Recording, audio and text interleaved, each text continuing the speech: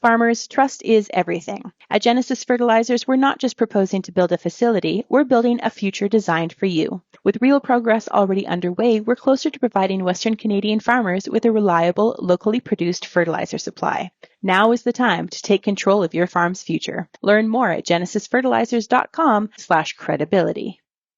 I'm Shaun Haney, and this is RealAg on the Weekend.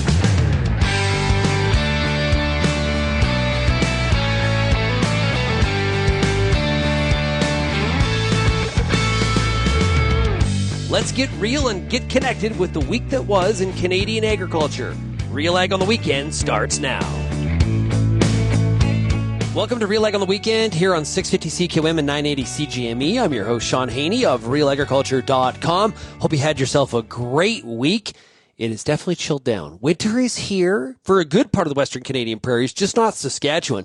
I was in Regina on Tuesday, and I was at Agribition. We're going to hear some of that, why I was there in a little bit. But yeah, for the most part, we've definitely turned to winter here at the very end of November. Starting to feel a little bit like closer to Christmas time, as we're starting to hear some Christmas songs on the radio and things like that in some of the stores across the different cities that we have in the province. So it's great to be with you here today, and hopefully you had yourself a great week. And Agribition, for those of you that were there, it wasn't too hard on you. I heard that there are 40,000 paralyzers given out. Well, they sell them, but served, we'll say served. 40,000 paralyzers served during Agribition. That's a lot of milk. It's also a lot of vodka and an ample supply of Kahlua as well. So Agribition, always a good time. When I was down at the grounds on Tuesday, it was a very busy place, very happening. Ran into a ton of listeners of RealAg on the Weekend, and I really appreciate everybody making this part of your weekend routine indeed. Today on the show, I want to know your favorite thing about Agribition. We'll get to that in a second. We've also got an interview with Kelly Sidoryk about rotational grazing out of Lloydminster. And she was a recent guest on the Ruminating with RealAg podcast. I've got a part of my conversation with Christy Clark. She's former Premier of British Columbia. She was on the grounds at Agribition on Tuesday. I had a chance to do a fireside chat with her. We talked about a lot of different issues, including what did she make of these threats of tariffs from the incoming administration in the U.S., and how should Canada respond? And I also asked her, do you think whenever we have an election in Canada, is the Liberal Party going to be going into that election with Prime Minister Justin Trudeau, or it could be somebody else? We will have to find out what her thoughts were on that. And we've also had a big announcement this week from Conexus as well. A new tech fund is up and running, and agriculture is going to be a piece of it.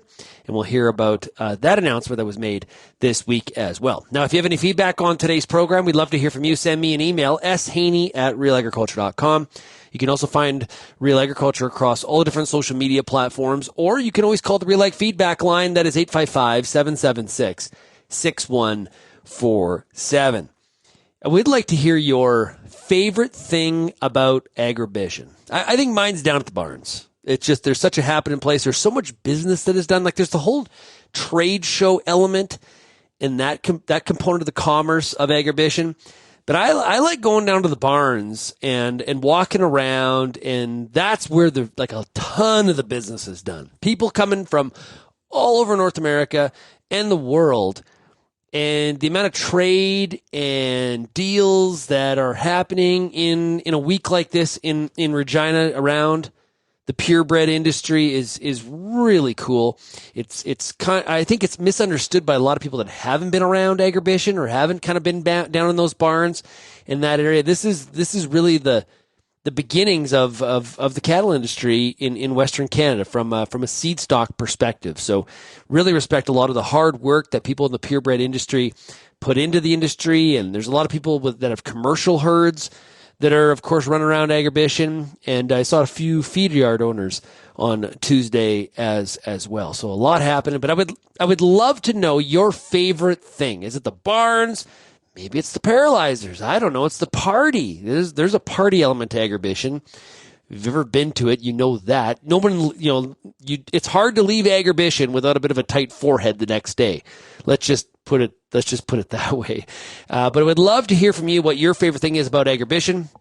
You can do that by sending me an email, shaney@realagriculture.com. Cool thing also on Friday, I was at Canada's Outstanding Young Farmers meeting in Lethbridge, Alberta, which was really, that's a lot of fun. I've never been to the COYF before. There was good representation from Saskatchewan. Congratulations to all the different nominees from across the country competing to be named one of the two farms. They select two every year to be named as Canada's Outstanding Young Farmers for the year. So a great collection of some of the biggest and brightest when it comes to the future of our agricultural industry. Let's take a break. When we come back, we're going to hear from Kelly Sidoryk. We're talking rotational grazing right after this. If you're serious about agriculture, RealAg's got you covered.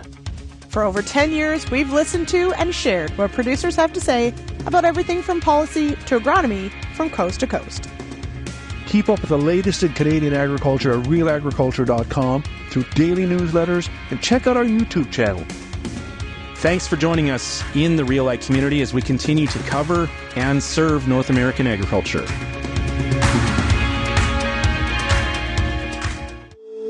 If you're involved in the agriculture industry, it's important to stay informed on all the latest issues affecting your business. At RealAgriculture.com, we offer fast, reliable news, information, and insights to help you keep on top of all of the latest in Canadian agriculture. Visit RealAgriculture.com and sign up for our free daily newsletter covering everything from news, agronomy, animal agriculture, and much more. Visit RealAgriculture.com/subscribe today. Since 2010, the Wheat School on RealAgriculture.com has been helping farmers to grow great wheat. Covering everything from markets, the latest research, pest and disease control, all the way down to on-farm trials, the Wheat School has everything your crop needs. Check out our massive video library on YouTube and grow great wheat with the Wheat School, brought to you by Syngenta Canada, C&M Seeds, and Alberta Grains.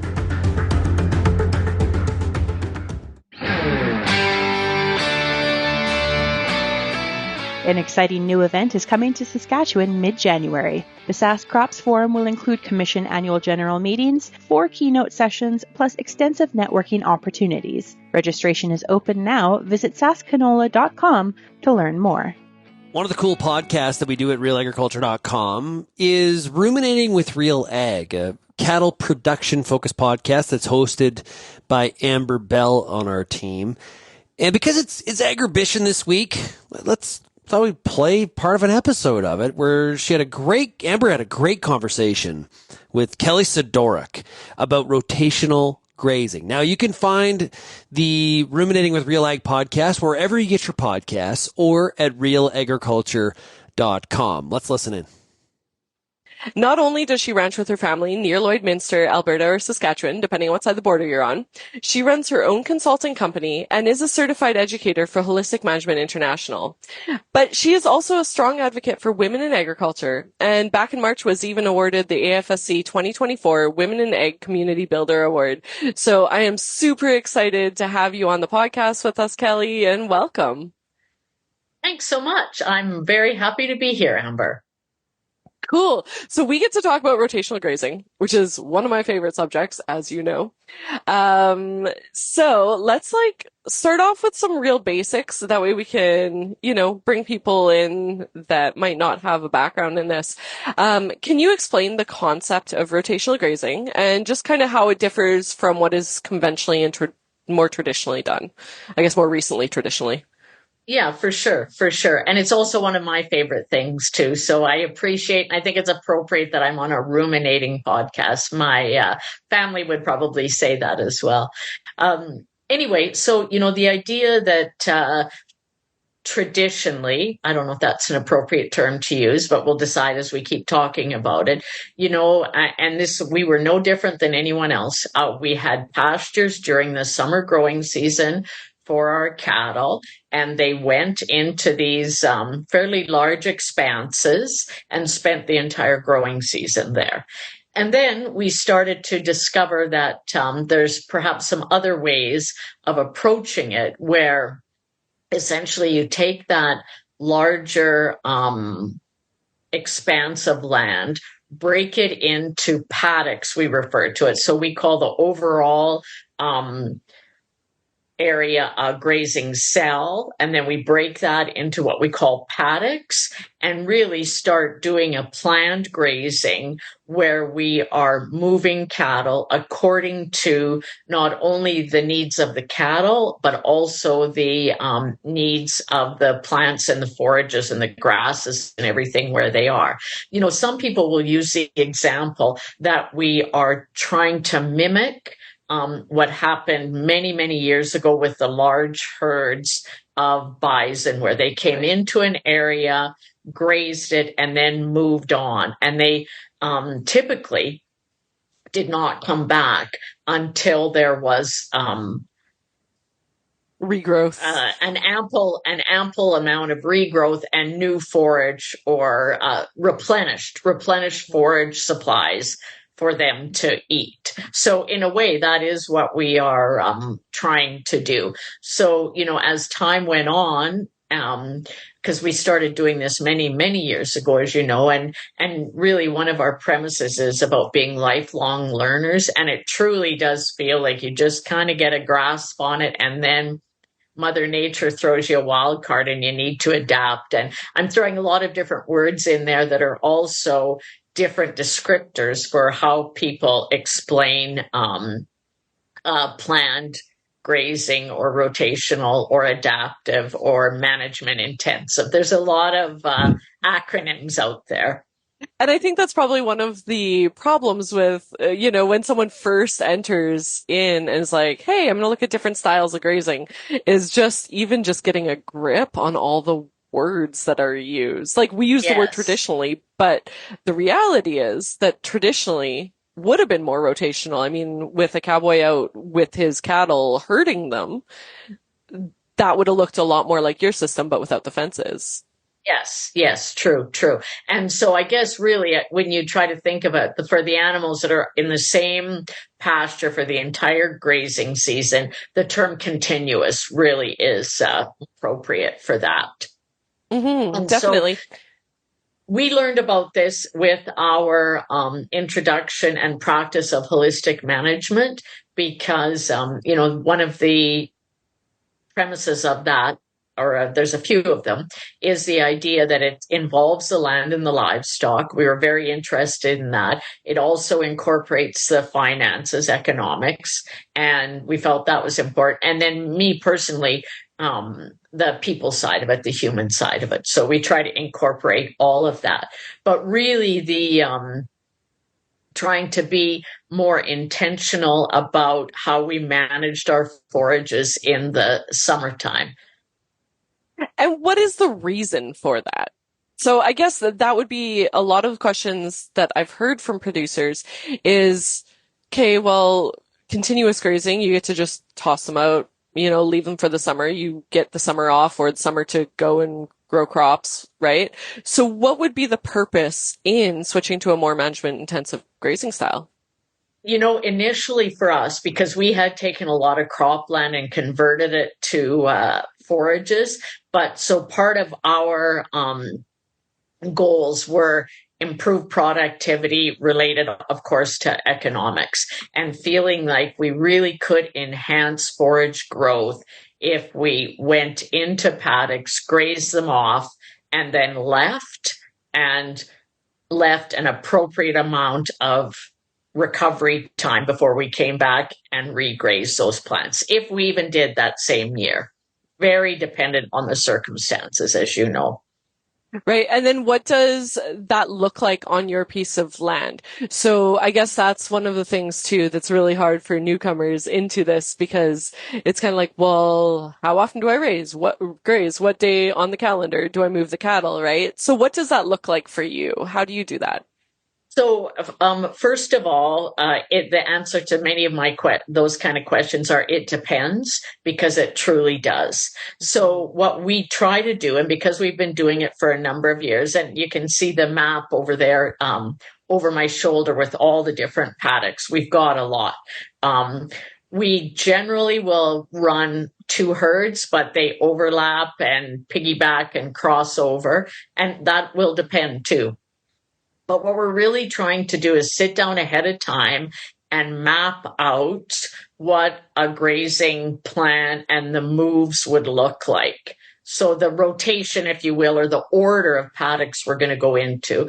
We have quite a lot of data from previous years, so I know exactly what our forage production has been in previous years. And one of the units of measure that we use is an animal day per acre. And on our ranch, one animal constitutes one 700-pound yearling. And so we always convert things back to that. So then if we're switching to another class of stock, be it cow-calf pairs, dry cows, something, we know a unit of measure. So we keep, really pretty substantial good records on yields, so that then when we sit down in April, I'd like it to say it's, March, but we're sometimes last minute here. So it's probably more like April. And by then we've kind of figured out, okay, what's our estimate for the total grazing days that we think we can produce on this ranch? So when we've got that figured out, we say, okay, well, first off, there's 150 cows. How big of a chunk of that are they going to take?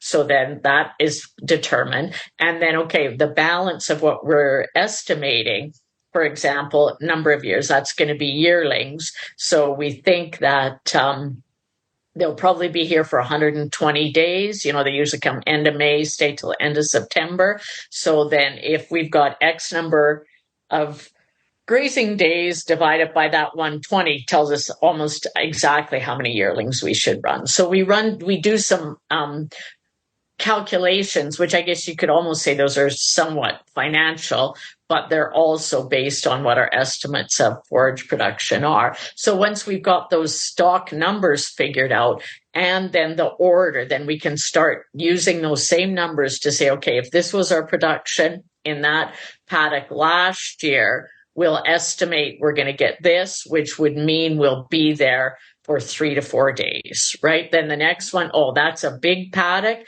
There's more forage there. Maybe we'll be in that one for 5. Next paddock, that's a small one for whatever reason. That's probably a 1-day paddock. So we have a lot of variety in our paddock sizes, in our land, in our forage type. So it really does just depend. But again, and a really important point is when we put that plan together, we try to estimate what kind of recovery time is appropriate for those growing plants if we are in fact coming back. Certainly in our area, if we have decent conditions, we can grow a lot of forage end of May and through June. Like just tons of it. And so we always, and because it's fast growth, then the recovery time is shorter. So our moves are faster. So then now this time of year, growth slows down, is significantly drier. Then we want to kind of extend that recovery time and stay a bit longer if there's enough forage and depending on the condition of the cattle. Okay, that makes a lot of sense.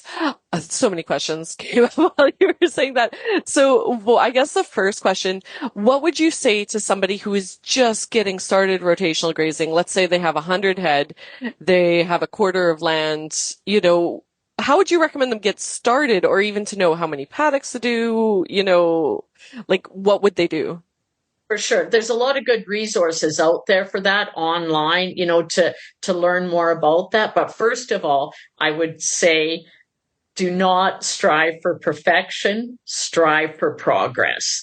Because if you are really trying to be perfect at this, then it's going to be a big challenge. And, based on this theory of recovery, the more paddocks you have, the more flexibility and the more recovery time that you can utilize, but it also depends on the other aspects of your operation. There's some people that are really intensive and they're moving their animals every few hours or, like 2 or 3 times a day.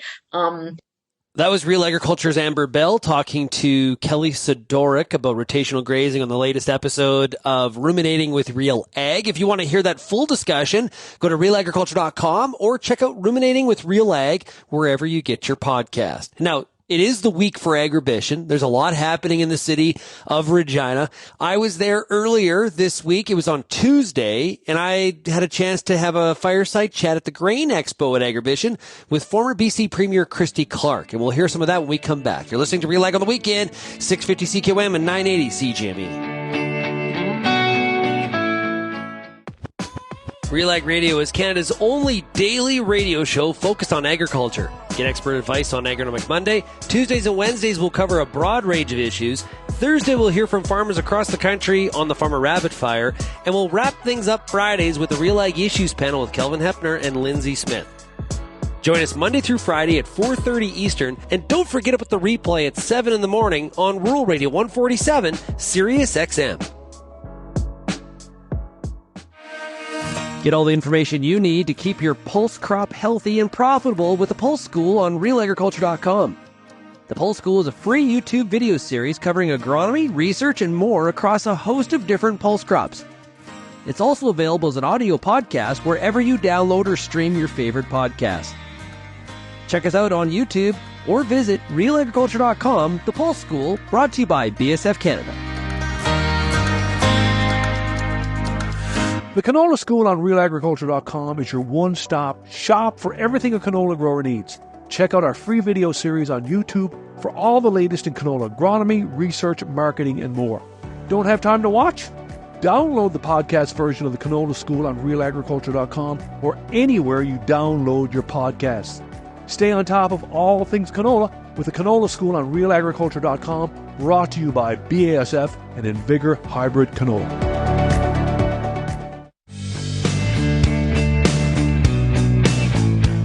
Welcome back to Real Ag on the Weekend here on 650 CQM and 980 CGME. I'm your host, Shaun Haney of RealAgriculture.com. We're now going to hear a conversation that I had with the former Premier of British Columbia, Ms. Christy Clark. And she was at Agribition this week. She spoke to a number of different groups. There was a ladies event on the Tuesday night. Women, I think it was women entrepreneurs, focus on them. A great presentation from what I've seen from social media. But in the afternoon on Tuesday, I had a chance to do a bit of a fireside chat with the former Premier. And it was at the Grain Expo on the grounds at Agribition. We talked about a number of different topics, but the one topic that really was most top of mind was the threat of tariffs, 25% tariffs on Canada and Mexico from the incoming Trump administration. Inauguration's not till January 20th, like less than 2 months away, but already in motion, it would seem. And my conversation with Premier Clark was brought to you by Helena Agri Enterprises and their product Resurge. You can find out more by going to helenaagra.com. Let's hear what former Premier Clark had to say about how Canada can deal with these threat of tariffs from the Americans. Lots happening in the area of politics and trade. I don't think we can go very far in our discussion here without maybe addressing kind of the big elephant in the room, and maybe the elephant in the economic scene, being that elephant. As we heard yesterday, the incoming Trump administration, 2 months away from inauguration, 2 months away, saying they're going to put 25% tariffs on all goods coming out of Canada and Mexico into the United States. Do you see this as, is this a lot of bluster, or is there potential bite here for Canada? I think it's both.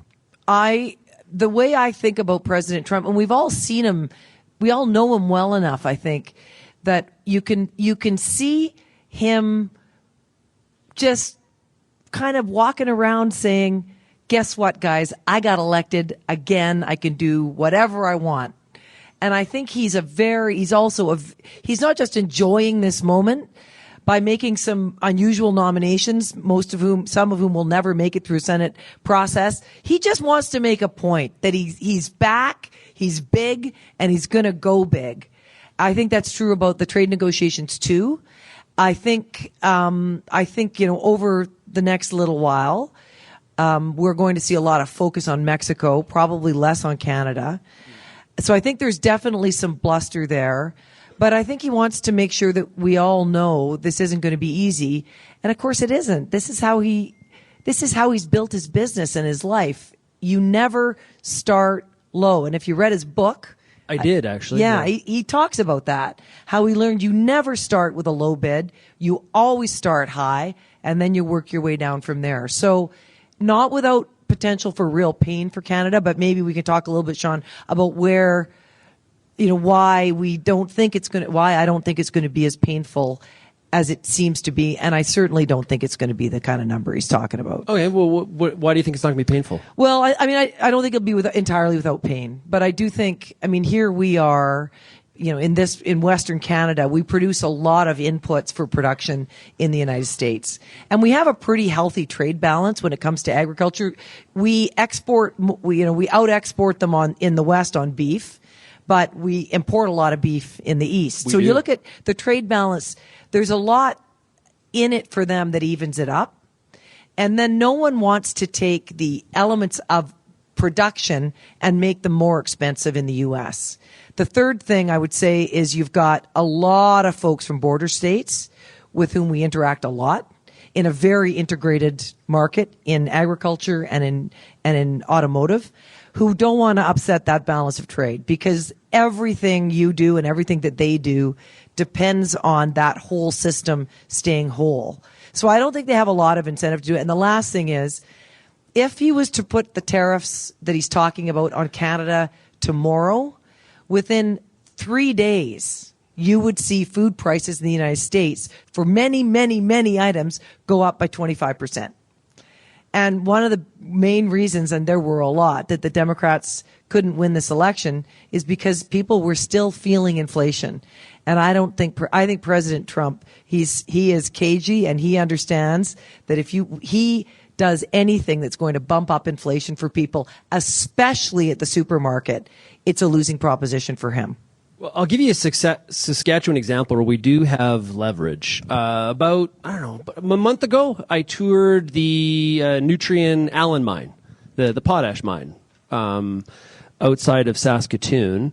And I learned, for example, U.S. farmers, huge purchasers of Saskatchewan potash. 87% of the potash that is used in the United States comes from Saskatchewan. And you can't relocate a potash mine, right? Those deposits are 360 million years old. So it's not like we can relocate an auto plant or a manufacturing facility. A potash mine, it's in Saskatchewan. They just kind of built, when they put the borders of Saskatchewan up, they sort of built it, put the border around the potash deposit. It's very convenient for y'all. And so there's an example of a product in farm country with an electoral college where there's no way they're putting a 25% tariff on Canadian potash, unless they're saying we're going to buy it all from Russia. And I don't see them doing that. No, I don't either. You think about all of the energy exports that we have with the U.S. Could they replace oil and gas, for example, if there was a huge tariff put on Canadian oil and gas going over the border?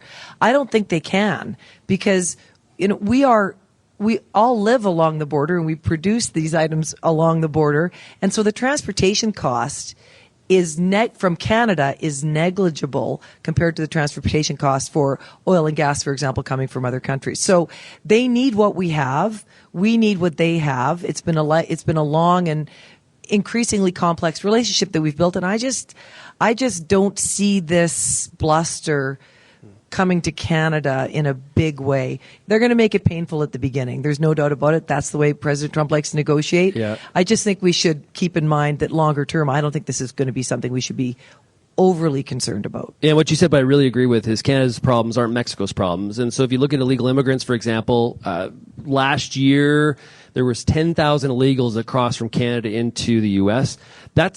There's more than that a day at times on the southern border. Now, what about the issue, before we move on to some other countries, what about the issue around drugs and fentanyl going across the border? That's something that I probably a lot of Canadians weren't aware of, and it's hard to get your head wrapped around the significance of it. Yeah, fentanyl is a is a huge problem in cities all over North America. We all know that. They are, though, I think, still a lot more concerned about the drugs that are coming across the border from Mexico. There is a lot of the molecules that go to make fentanyl and crystal meth come from Asia through our ports into Canada and into the U.S. But when I see President Trump talking about illegal aliens and drugs and Mexico, I just don't think he's thinking about Canada as a target for any of that stuff. I agree with you. I agree. Okay, domestic politics, which I know you've spent a career in. The current polls show that the Conservatives are up by 22 points. Abacus Data had that number last week. It is pretty well steadily increased from 18 months ago. When do you think we're going to have an election? Are we going to hold out to October of 25? Yeah. You do? I do. I think it's going to be October 2025.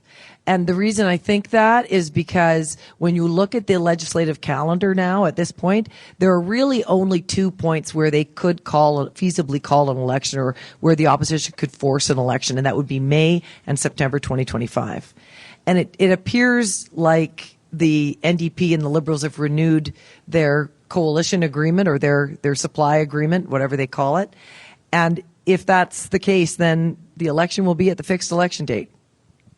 And do you see the current prime minister being the leader heading into that election? I do. He says. So you see him going down with the ship? Well, I use those words, not Christy Clark. Yeah, he is determined to run in this election, and he said that many, many times. I believe him. And, the thing about Prime Minister Trudeau that many people don't appreciate is he's never lost an election. He's the only prime minister in Canadian history who's never lost any kind of election. So one of them has always lost a leadership, or they've lost a riding, or they've lost something in the course of their political career. Justin Trudeau has never lost anything. And I think he's pretty determined to go out in this campaign, and he is determined to see if he can win it. You can hear my entire conversation with former BC Premier Christy Clark by going to the RealAg Radio podcast, and it was Wednesday's show from this past week. When we come back, we've got a big announcement from Conexus this week. We've got $100 million going into an ag tech fund. What's that all about? We'll listen to that when we come back. You're listening to RealAg on the weekend here on 650 CKOM and 980 CGME.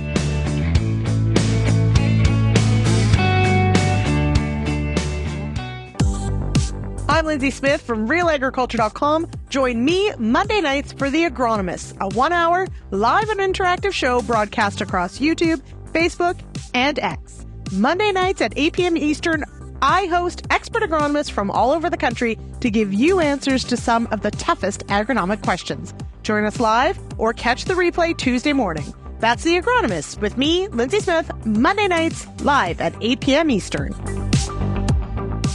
Hi, I'm Bernard Tobin, host of the Soybean School on RealAgriculture.com. Throughout the year, on the Soybean School, we'll bring you timely agronomic video content from planting to harvest, from the latest agronomic research to the latest in production technology. Check out our massive video library on YouTube, RealAgriculture.com, or download the audio podcast versions wherever you get your podcasts.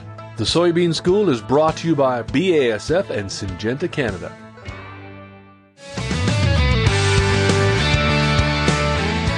Welcome back to RealAg on the weekend. This week Conexus made a big announcement related to tech funding and financing. And Lindsay Smith had a chance to catch up with Garnett Volk of Conexus to find out about this new $100 million fund. All right, we've got some exciting news from Conexus this week. The announcement of the $100 million Ag Grow Fund being offered by Conexus. Garnett, tell me more. What is this, and what's the motivation behind it? Well, thank you for the question, Lindsay, and thanks again for the opportunity to be on the show this morning.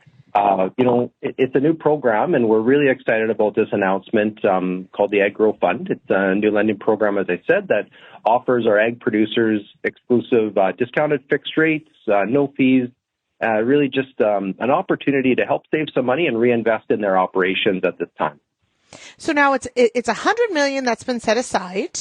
As you mentioned, some unique features to it, depending on rates or reduced fees. Are there limits to what it can be used for, or what can it be used for, and what's the cap on the amount that producers or businesses could access? Yeah, absolutely. So we have a $2 million per member cap, and that's in funding, and so that would contribute up to $100 million total lending cap. We will be, hopefully we have to review that cap and consider if there's an opportunity to expand that even further. That'll be, based on the success of the program, and we'll determine that at that time. But qualifying for this, you're able to use that in any investments that you are going to contribute to the growth of your operation. So if you're investing in land, buildings, equipment, livestock, those are all eligible expenses, and we're just there to help support our producers with confidence when they make those investments. Now, I know there's no age limit or anything like that, because sometimes these programs have, they're geared towards certain stage of a business or certain age. Is there a particular, stage of company that this is geared towards, or is this something for pretty much anyone who's looking to grow their farm and ag business?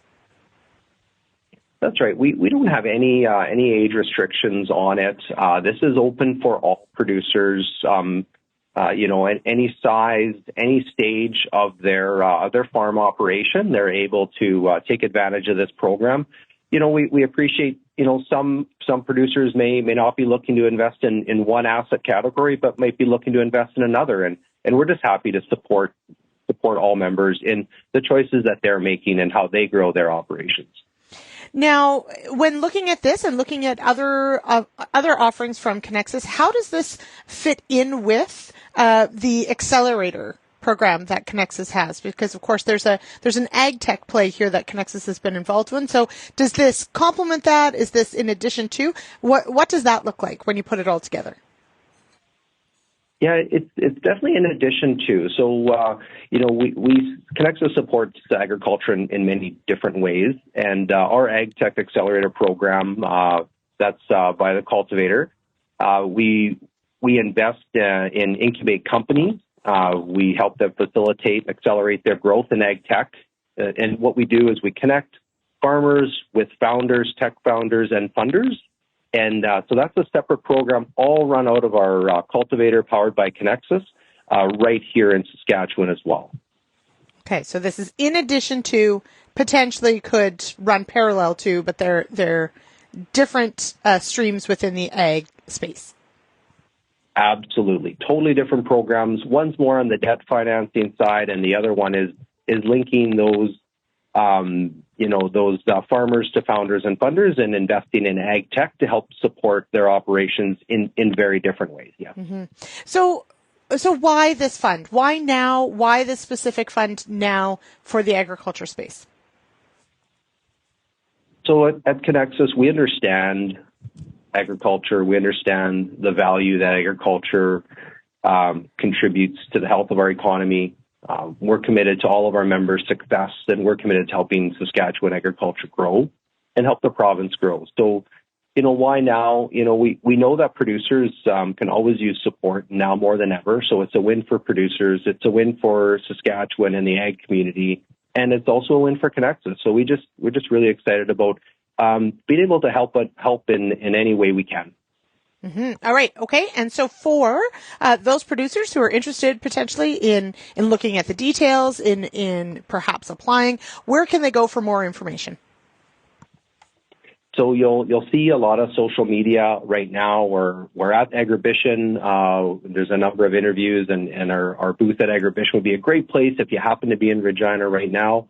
But absolutely, on our website, with all the details there, talk to one of our advisors, reach out to our contact center, and any of our ag advisors would be more than happy to walk you through next steps if we can help you grow your operation with the Ag Grow Fund.